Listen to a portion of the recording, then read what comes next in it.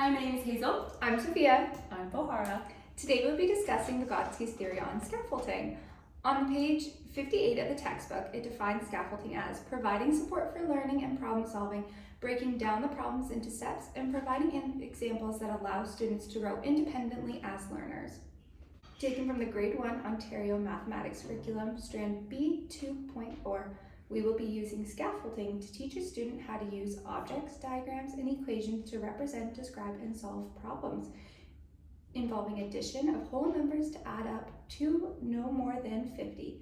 To do so, we'll be using scaffolding shown through the I do, we do, you do method. For the purpose of this assignment, we will focus our attention on addition. In our first lesson, we're going to do basic addition. So in our first box, we have 5 Skittles. 1, 2, 3, 4, 5. And in our second box, we have 7 Skittles. 1, 2, 3, 4, 5, 6, 7. Now, does anybody know what these two add up to? Is it 9? So close. Is it 11? So close, but what we can do to help us figure out is, so we know these are 7 Skittles, so we can move them over, and then using our other green Skittles, we can go, so we have 7, 8, 9, 10, 11, and 12. So for our second lesson, we're going to increase the difficulty a little bit, and we're going to use our legend here. So our legend on the Skittles show that a Skittle here represents a different number on our legend. So as you can see, 1 yellow Skittle equals 1. And where 1 red Skittle equals 5 Skittles. So if we have 3 Skittles here and 2 Skittles there, what is the answer? 32. Remember, Hazel, you gotta look back to the legend. Bohara, what do you think it is? I think it's 13. Correct, that is amazing. Because remember, Hazel, when we look back to the legend, 3 Skittles, 1, 2, 3, and 5 Skittles, 1, 2, 3, 4, 5. 1, 2, 3, 4, 5. 13. Exactly, amazing. Okay, ladies, for our third example, you have your Skittles, your worksheet, and your legend. Use what we've learned before, think about it with yourself, and we'll discuss afterwards.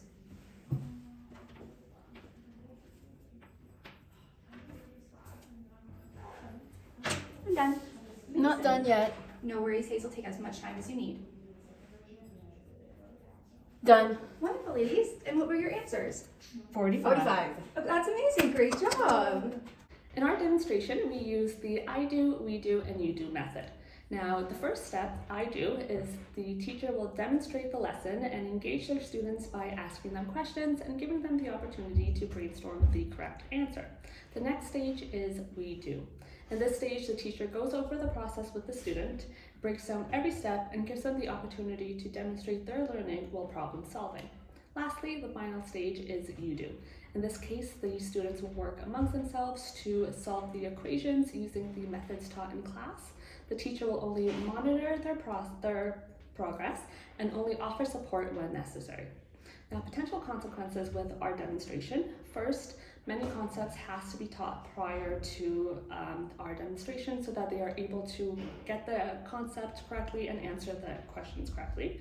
And then another potential consequence is learning stage. Now, every student learns differently and they learn at different paces.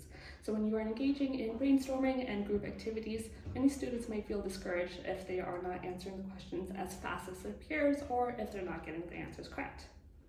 As well, we used FITSRAL's 2015 research on using scaffolding to teach primary mathematics in our demonstration.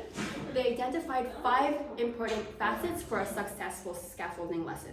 This includes cognitive activation, which was the I do part, where the teacher verbalized the instructions for the students to observe and answer. A second, which was stimulating discourse, where the we do part, the teacher allows the students to reflect on their understanding by reinforcing the legend. The third part was where the teacher handled errors productively. A student constantly made errors, and instead of providing the answers, the teacher just asked leading questions for the student to answer it on her own. The fourth part was a target orientation, where the teacher constantly summarized the students' findings all throughout the examples. And finally, the using of the manipulatives as we use the Skittles. We will address possible questions and comments from peers. First one is, why did the scaffolding process go a little fast to let students go on their own? Due to the nature of this project, only one example per step was given. In an actual classroom, more time and examples will be given for each step of the I do, we do, and you do method. As well, the teacher will be able to anticipate and gauge the overall and individual student understanding for each step and provide help as needed. Now, our last potential question is, what if there are IEP students in our classroom? Now, in that case, if they do not have the proper foundations to solve the addition questions or solve addition questions that goes up to 50, then we would discard the legend and only use the Skittles as one place values. To conclude, this is our demonstration of Vygotsky's concept of scaffolding.